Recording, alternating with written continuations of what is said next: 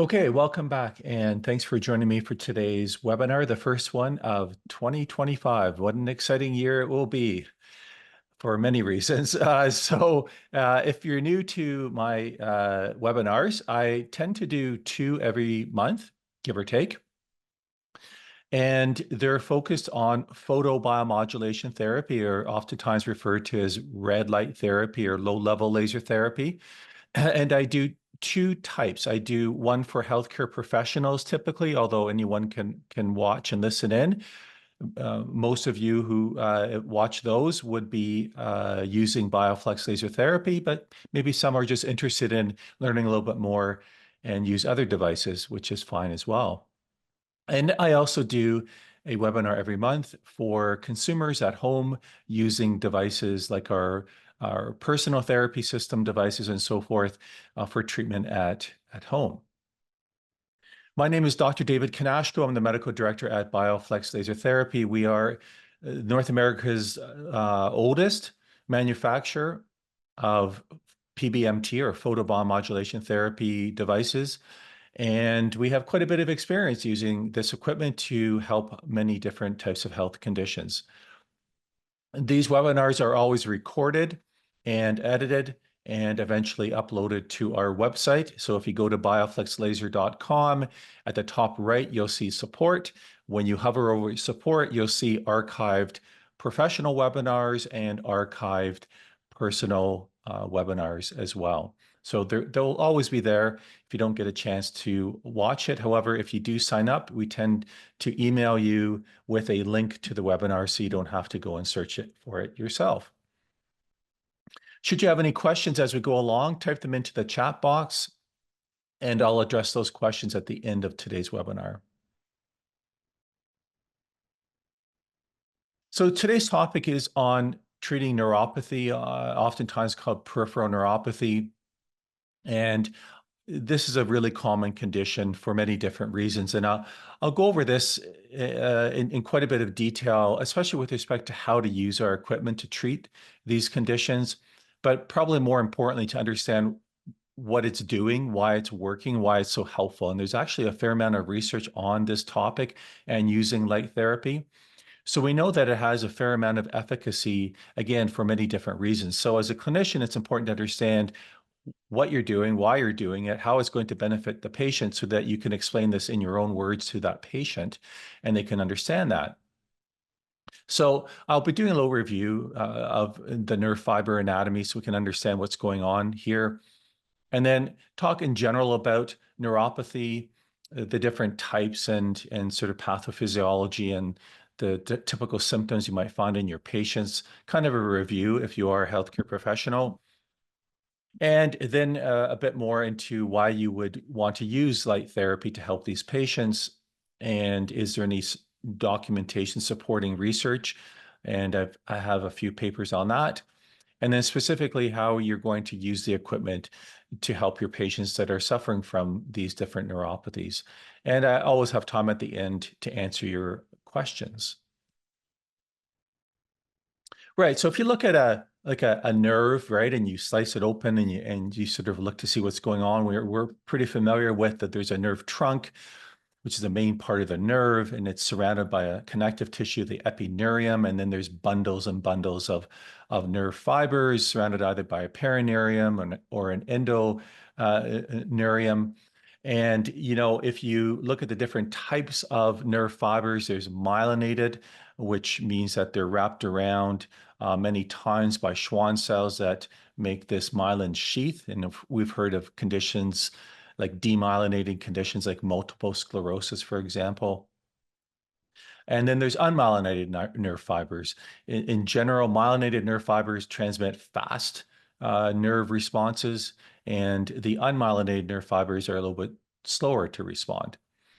So those are the sort of the key differences. And the thing I want you to really note is that there's lots of blood vessels that are supplying these axons and these nerve fibers. And this is really important because they're very active, metabolically active cells. And actually they respond quite well to light therapy because there's lots of mitochondria that are going up and down the axons. And mitochondria, of course, is one of the targets of light therapy. And if the blood supply is compromised, then unfortunately, the nerve fibers and the nerves themselves, they start to become impaired with respect to functioning, and eventually they can actually die or become non-functional in severe cases or long-standing chronic cases. So that's really important to understand as to sort of the beginnings and understanding about the etiology of neuropathies. And again, when you say neuropathy, typically it's referring to peripheral nerve neuropathy, and there's many different types that I'll mention. And this basically refers to these different conditions that can cause damage to the peripheral nervous system. And one of the most common ones, and really the one I'm going to focus on a lot today, is secondary to diabetes or diabetic neuropathy, peripheral neuropathy, where you have reduced blood flow because of the pathological condition of diabetes, and this eventually leads to damaged nerves and usually in the extremities. So some forms of peripheral neuropathy affect maybe one or a few nerves. Oftentimes they affect many nerves, and that's typically the case. So what happens is as the blood flow or the nutrients, because of course blood provides the nutrients, as they are diminished and lost to the nerves, then they can't start, they lose their function. And eventually, as I mentioned, they start to die. And then of course, this is perceived by the person as different sensations or neuropathic symptoms like tingling and paresthesia, burning, sharp pain, electric-like symptoms, and a very awful condition called allodynia, which is basically just a light touch causing quite significant pain. This is a really, if patients have this, it can be really painful, and oftentimes some heavy-duty drugs are prescribed for these patients to help to deal with that. So part of the pathological process is demyelination of peripheral nerves. And as that happens, then you can imagine if the insulation is being reduced, then the nerve conduction is affected, and then this produces these neuropathic symptoms. And as you start to get damage to the nerves, they start to leak different ions, especially potassium, and this also further affects the conductivity of the nerves as well. There's lots of different types of peripheral neuropathies. Last count, there was 100 that I was looking up.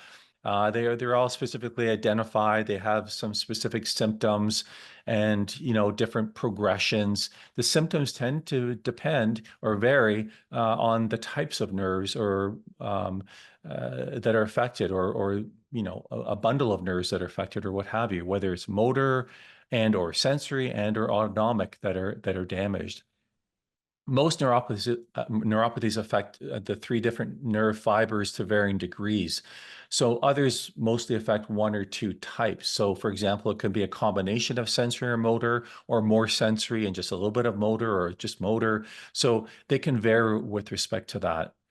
So the terminology around this is predominantly a motor neuropathy or sensory neuropathy or combined sensorimotor neuropathy or an autonomic neuropathy. And this is usually how it's described with these different conditions. Typically, neuropathies are length dependent, such that the farthest nerve endings from the brain, the central nervous system, like for example, the feet, are where the symptoms develop first and tend to be the most severe. And that's why we tend to see in the examples I'll give later on, or in say the feet for diabetic neuropathy, because that's usually where you see this because of this length dependency. And again, if you have any questions, that's great. Just type them into the chat box and I'll definitely get to those as we get along.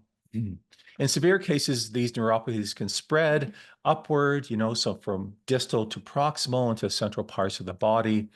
In non-length dependent neuropathies, the symptoms can start around the torso and move around to different parts of the body. Less common though.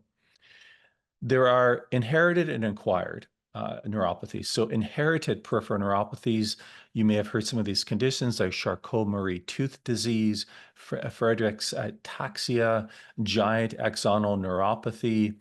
And during my years, tenureship here at BioFlex, which has now been 15 years, if you can believe it, I've had patients, or clinicians usually, inquire about these specific types of conditions. Now, these are relatively rarer, but you'll eventually have patients that may have these, or people listening in may know someone or a relative that has these conditions as well. I won't get into the details of this. One can look it up on Google, but these are basically inherited or genetic. Then the more common types are acquired for different reasons. For example, chemotherapy secondary to cancer treatment. This is can be a disabling byproduct of chemo. And again, I see lots of patients in the past and inquiries about chemo-induced peripheral neuropathy. Of course, we've heard of Guillain-Barré syndrome. This is probably secondary to some type of infection. You still don't really exactly understand what's going on there, but we've heard of cases of everything from post-COVID to other viral infections, so it's probably related to that. Then, of course, the biggie is diabetic neuropathy. This is a sequela of longstanding chronic severe diabetes. Another condition called CIDP, or chronic inflammatory demyelinating polyneuropathy. This is when the immune system attacks the myelin sheath, causing progressive weakness and reduction of sensations in the arms and the legs. Again, not fully well understood as to the etiology or the cause. Others include neuralgia peristatica. This is actually pretty common in different scenarios. The most common I've come across is during pregnancy and secondary to surgery, especially around like herniations, where the nerve can be affected. It's the lateral femoral cutaneous nerve. It's compressed or squeezed or injured, and there's very specific pattern, sorry, of neuropathy on the lateral aspect of the thigh. Excuse me. Another condition, multifocal motor neuropathy. So again, this is going to affect the motor nerves. This is a relatively rare immune disorder, and it causes slowly progressive muscle weakness in the hands. And oftentimes it's misdiagnosed or thought to be ALS, or amyotrophic lateral sclerosis. But unlike ALS, actually, it has a much better prognosis. And these patients are oftentimes, the condition can be resolved. Let's delve a little bit into the blood supply, because this is the key as to how light therapy can help these patients. Now, if you look on the left here, this diagram, you will see a normal, healthy nerve trunk, and you can see the blood supply. It's quite extensive, wraps around the axons and the nerves, and supplies a lot of blood. And this is how, in fact, nerves function. They need the nutrients and they need the oxygen.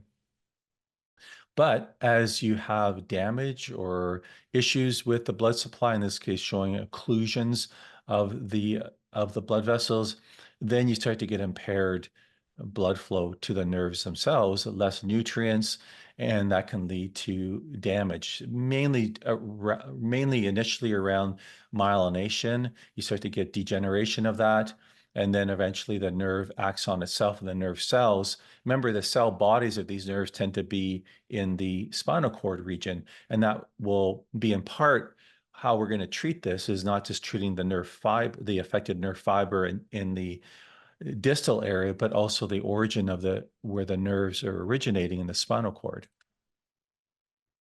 So just to visualize the progression, you have the normal healthy nerve bundles and the blood vessels supplying the nerves. And then as they're diseased or affected by, whether it's secondary to a chemical like chemotherapy or diabetes, where the blood vessels are affected, then they start to become impaired and eventually lose their functionality.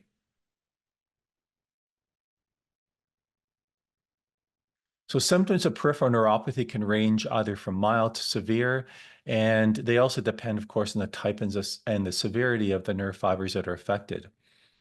Typically, it's a slow progression, but I mean, it all depends on what you're dealing with, but usually over days, weeks, or years, where patients start to complain of symptoms. And oftentimes they're kind of dismissed, or you think they're going to go away, or what have you, not properly tested. And eventually, by the time you seek out healthcare, or your patients seek out healthcare, they are already advanced, and it makes it a bit more challenging.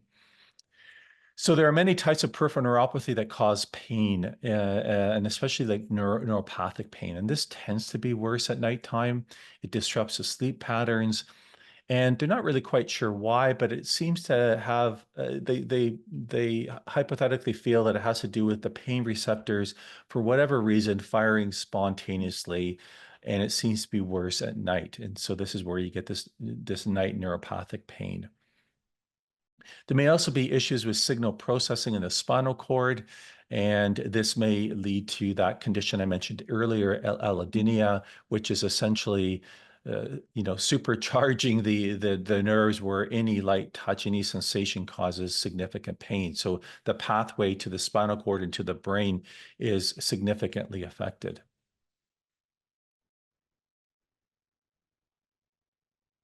So symptoms, as you can imagine, would depend on the type of nerve that's affected. So, for example, there might be muscle weakness.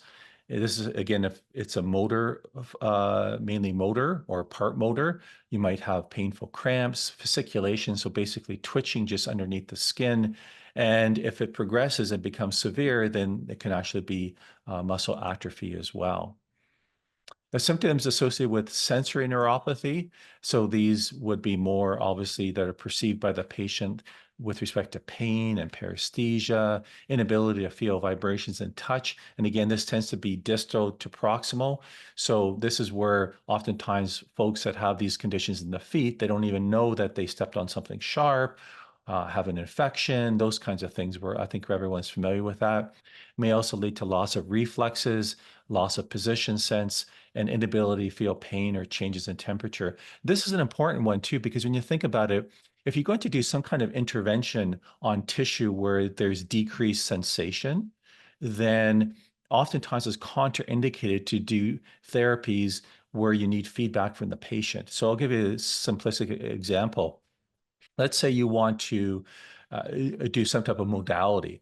I don't know, it could be shockwave, or it could be some kind of heat or cold. If the patient can't tell you what's going on, you have no idea if you're causing excessive damage or there's too much, or that feedback. So typically you don't want to use any modalities on tissue like that. And that's where there's a huge advantage to light therapy. When I say light therapy, I'm talking photobiomodulation. For anyone out there that uses class 4 or maybe has class 3B and class 4, hopefully they understand that class 4 laser therapy using high power is a heating type of treatment. It's not meant to sit on that tissue for any period of time because it can cause thermal damage. So you tend to move that around. Different effects. It's not photobiomodulation. And certainly I wouldn't be doing this on a tissue that has paresthesia because you have no idea if you're causing a thermal burn or not because the patient can't give you that feedback. I think that's really important to understand.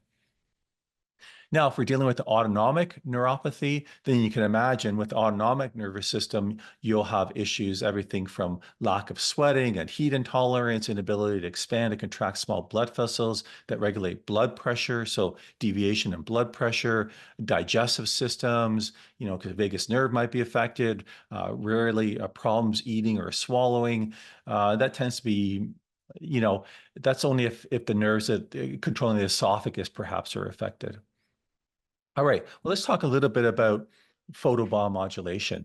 And specifically, I want to talk about two wavelengths that tend to be used, or range of wavelengths. And again, I like to reiterate that we're talking wavelengths, there's a range. And if you're in this effective range, it's going to work. If you're outside of that range, probably not going to work. And there's no magical wavelength, but there are ranges that seem to be better. What's interesting is that there's newer research coming out, and we're actually quite involved with that. And you'll be seeing in our devices over the next year or two using this research and applying it to our devices, some of these newer wavelengths. But let's start off with the ones that we're quite familiar with. Red. Now, when I say red light, even though this diagram says 600 to 810, red is around 630 to 680. That's the range that tends to be used, but also near infrared in that range has a direct effect on mitochondria. So red and near infrared of the 800-ish nanometers in that range. So I'm not talking farther up the scale, like 900, 1,000 nanometers, that has a slightly different effect, and I'll get to that in a second. If we use red and near infrared, 800 or so, that has the effect on that I think everyone's familiar with. If you kind of follow the bouncing ball here, it will affect the bound nitric oxide to cytochrome C oxidase, or complex 4 of the electron transport chain. Without getting too technical, essentially what's happening is when that light interacts, the nitric oxide dissociates off and can cause vasodilation. At the same time, it also starts to ramp up ATP production. When ATP production ramps up, so does reactive oxygen species, or free radicals. And again, without getting into all the nitty-gritty details, what you tend to see are very important chemical mediators that help control gene transcription and inflammation in a cell that are very beneficial for its survival. So that's how it works on that end. Now, if you use near infrared light, it tends to affect, again, when I say near infrared, that's a wide range. Near infrared is roughly 780 up to over 1,000 nanometers. But within that range, the low 800s can have that effect on the electron transport chain, and as I just described. But as you start to go a little bit higher, so from 800 and you go higher, it can also affect what are called light-sensitive ion channels. These are just like channels that allow certain ions to pass through and flow, like a calcium ion channel, for example. And when those are, hang on a second here. What did I just do?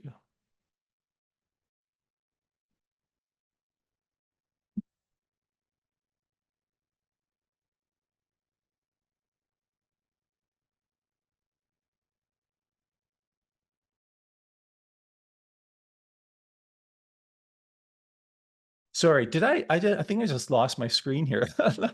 I don't know what happened there. Oh my goodness. Okay. All right. I'm just going to take a quick break. Is everyone back and seeing my screen? I don't know what happened there. Let me know in the chat box if you can see the screen in front of you. Okay, good. You know how you just hit something randomly and something happens? That's that's what I just did there. All right.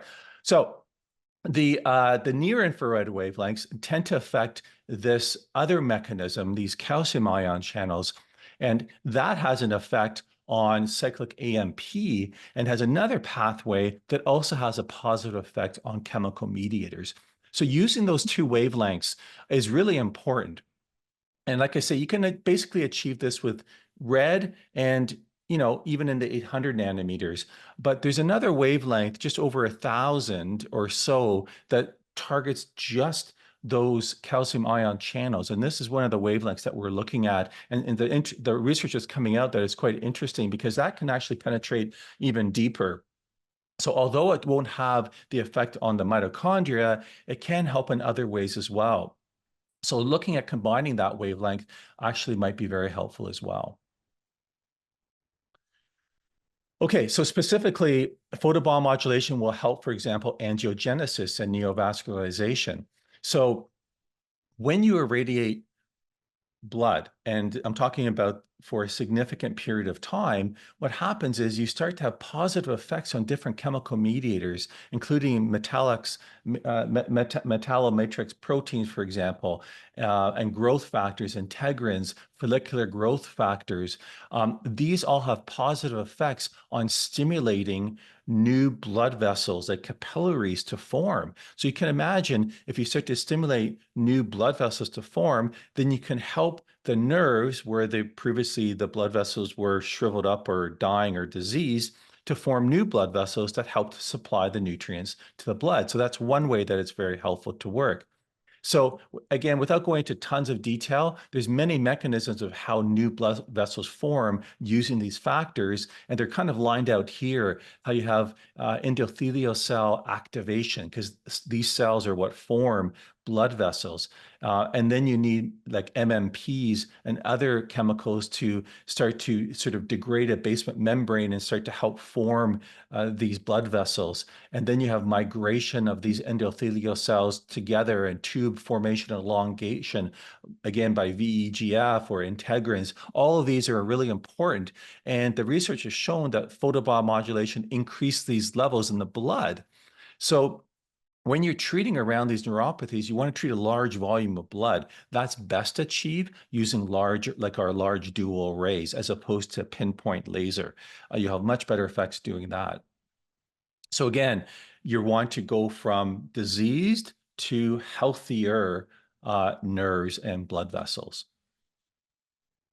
Also, of course, it's going to help with inflammation and edema. So if we look at that, for example, we also know that if you irradiate blood for a significant period of time, you're going to have an effect on things like inhibition of prostaglandins, which are a major inflammatory mediator. You'll have decrease in inflammatory cytokines, increase in anti-inflammatory cytokines, and decreasing in COX-2.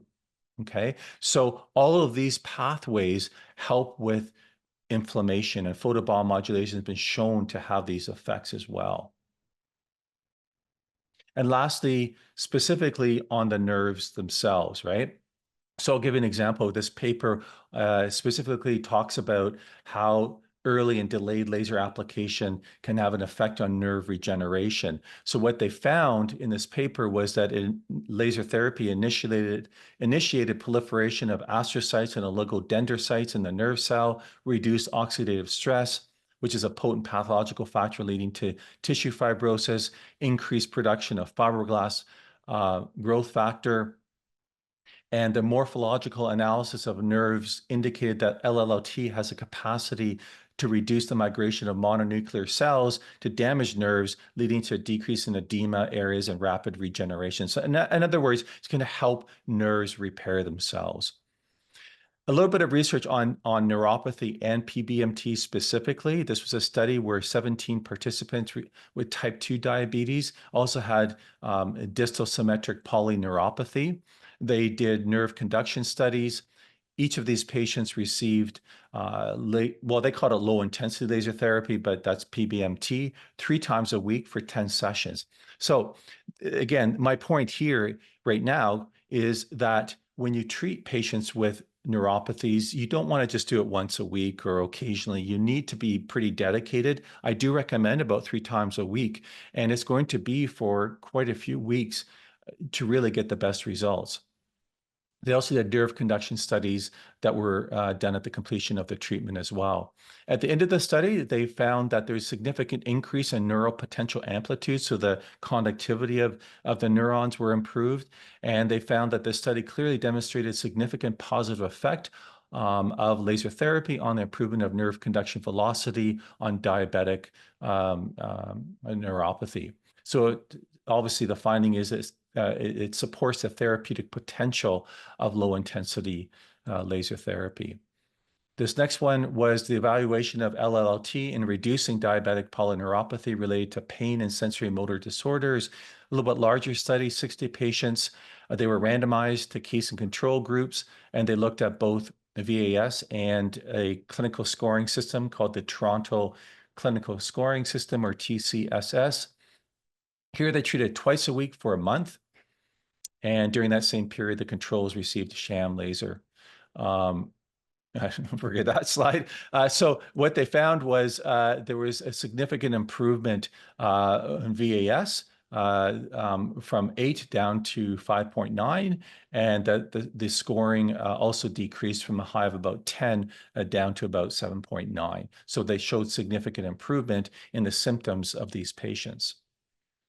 Next one was a review paper on LLT for patients with painful diabetic polyneuropathy. It was a systematic review. And what they were, the background, of course, is that this is an emerging kind of treatment. The objective was a systematic review. That's where they take randomized control trials and they sort of lump them together. They look at the totality of the evidence with respect to, in this case, LLT and painful diabetic neuropathy. And you can see they used PubMed and Web of Science and Cochrane. And they screened 627 studies, and usually they screen tons, but then by the time they narrow it down, they looked at 6 specifically that they could use. And they concluded that there was evidence showing that LLT had positive effects in controlling diabetic neuropathic pain. So while that's the easiest thing to measure through a VAS, the pathways of how it's helping and what it's doing is not just pain control through inflammation, but repair as well. So it has long-standing benefits for patients. Right. Well, now let's get into the nitty-gritty of how you're going to use the equipment with respect to BioFlex laser therapy. Really, the goal of photobiomodulation here is you want to treat both the affected nerve endings, right? So distally, usually the feet, for example, but also the origin of and at the spine. So in this case, let's say you're treating the feet, for example. I would recommend that you treat the lumbosacral region, for example, placements where I've shown you here in the L5-S1 area and maybe over the sacrum. Whether or not you choose to do angle like that or just do one over the base of the sacrum, depending on the time that you have and everything else, there's different ways, but at least do 1 or 2 placements in and around that lumbosacral region would be a benefit. And of course, you're going to treat the feet involved. Usually it's symmetric, so you'll be doing both feet at the same time. If you have our new equipment like the multiport, you could treat 2 feet, the entire 2 feet at the same time, which would be around 12 minutes. So 12 minutes to do the feet, maybe 12 minutes to do the lower back, and then some probing. So the entire treatment would be about half an hour to treat the lower back, lumbosacral region, and the feet if you had a multiport, for example. Protocol-wise, this is what I would suggest. Now, this is the lumbosacral protocol, but it's not specifically the whole protocol.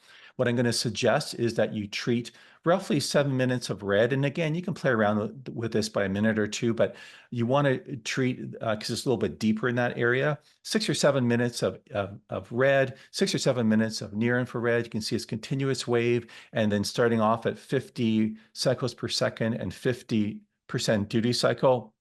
And then you can customize and alter that percent duty cycle as you go along.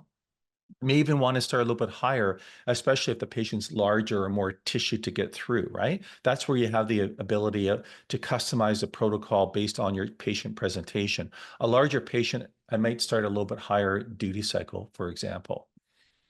And then roughly 5 minutes red, 5 minutes near infrared over the sacral region. Nerves a little bit easier to access. And again, whether you want to do sort of at an angle like I showed you, or just one over the sacral region, it's fine as long as you cover that sacral region to some degree. And a total of 5 minutes or so of red and near infrared is fine as well.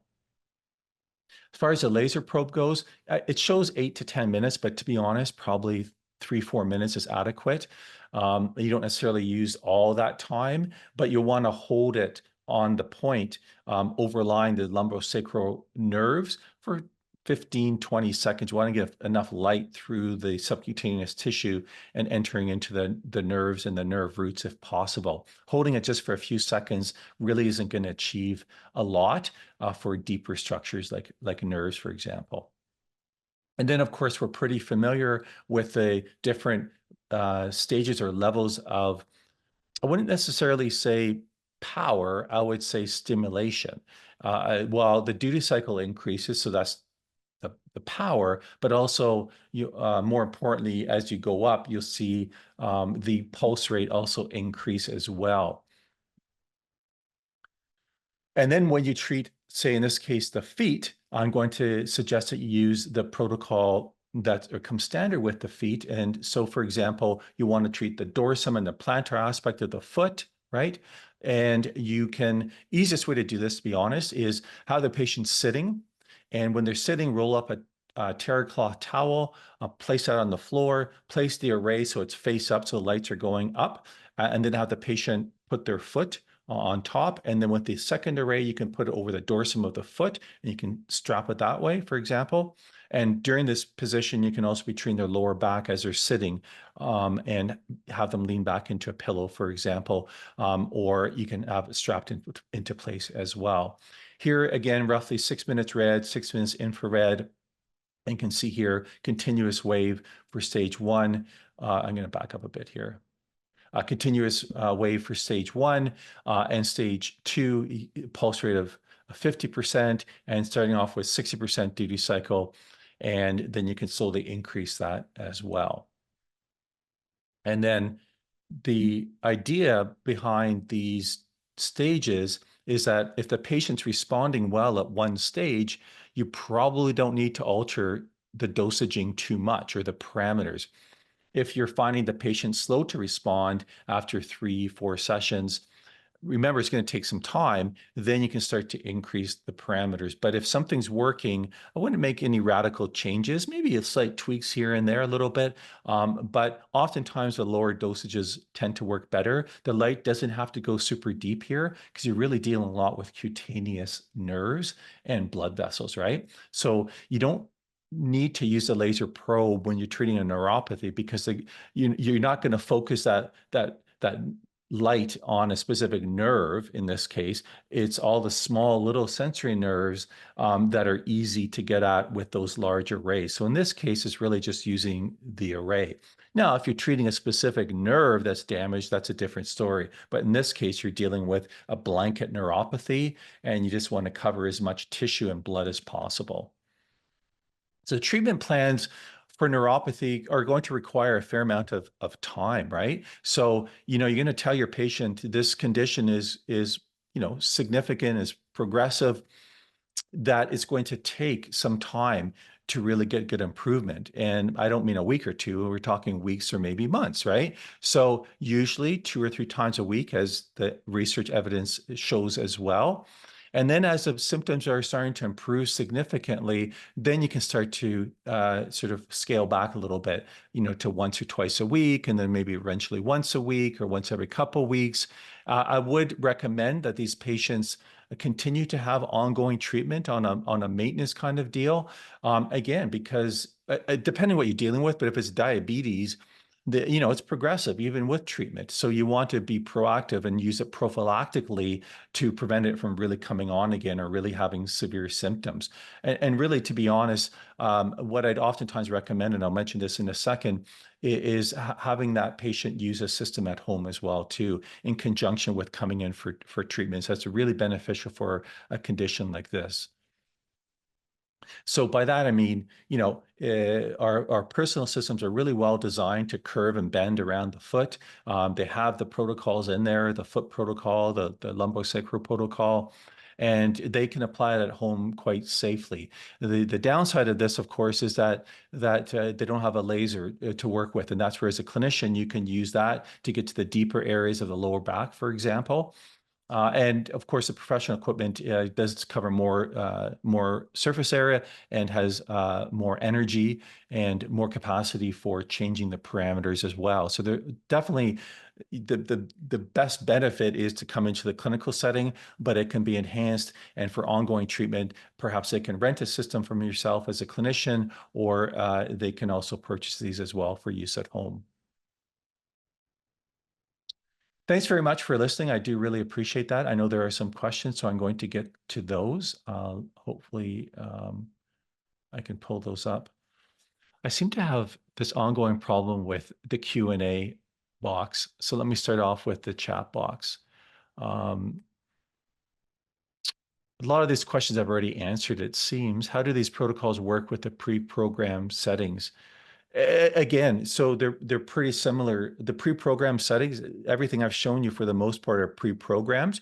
The only thing you're customizing is essentially where you're going to place it. If you have a system at home, for example, a personal system, basically what I've just touched on is going to be in that system already.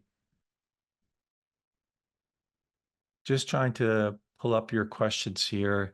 I am just not sure why I constantly cannot pull up my Q&A.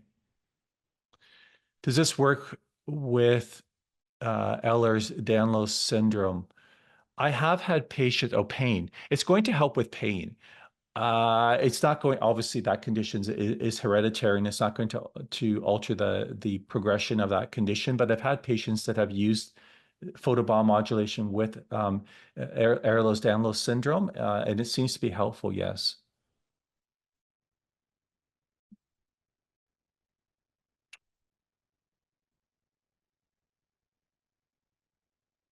Well, it looks like I can't pull up those questions. So if you have written a question, if you want to type it into the chat box, that would be the best bet right now.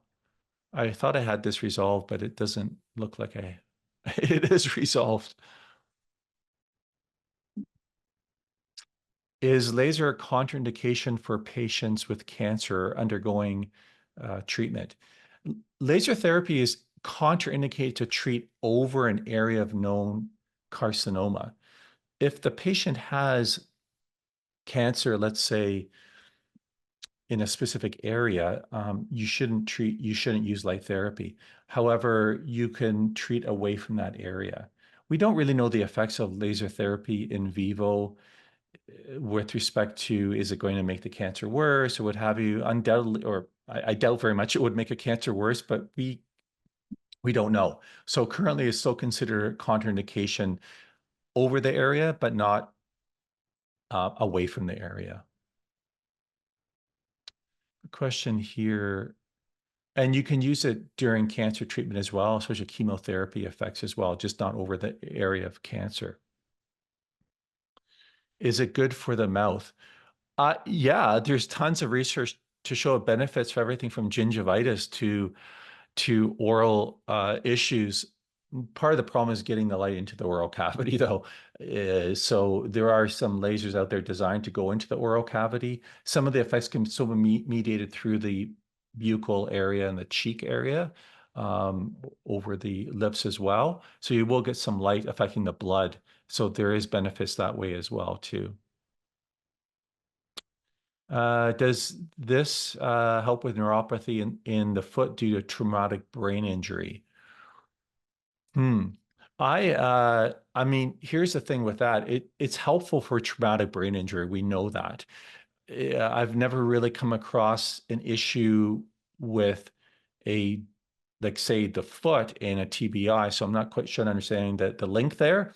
But one would think that if it's going to help the TBI heal, then it's going to help that distal problem as well. I guess that would be my comment there. Can we do more than one session daily? Example, one neuropathy, one for inflammation, one for relaxation. In general, you don't want to use too much light therapy over one area. You can use it in multiple areas, like your shoulder here, your neck there, your elbow there. But what I would get away from doing is treating your shoulder multiple times during the day. There may be benefits in an acute scenario where you have an injury or what have you, and you treat maybe 6, 8 hours apart in a single day.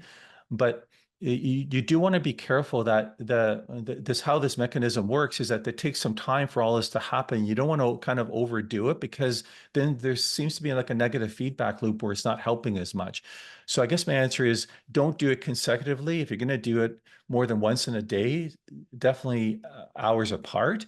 But most of the time it's done daily or every other day.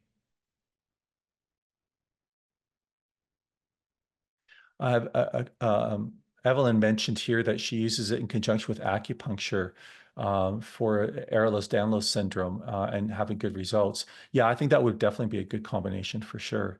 Numb fingers from scoliosis vertebrae out of line as they age. Can photobiomodulation help with scoliosis?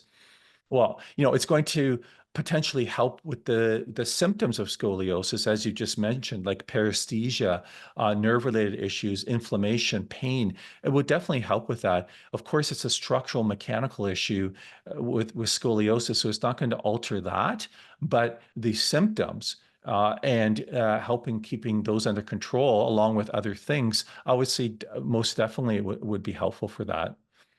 Do I do personal consultations? Only for interior decorating. So unless it's an interior decoration consultation, just kidding. So if you have our equipment, and as many of you are aware, I'm the medical director, and so you can always give me a call or email if you have questions related to using the equipment. But I don't do medical consultations.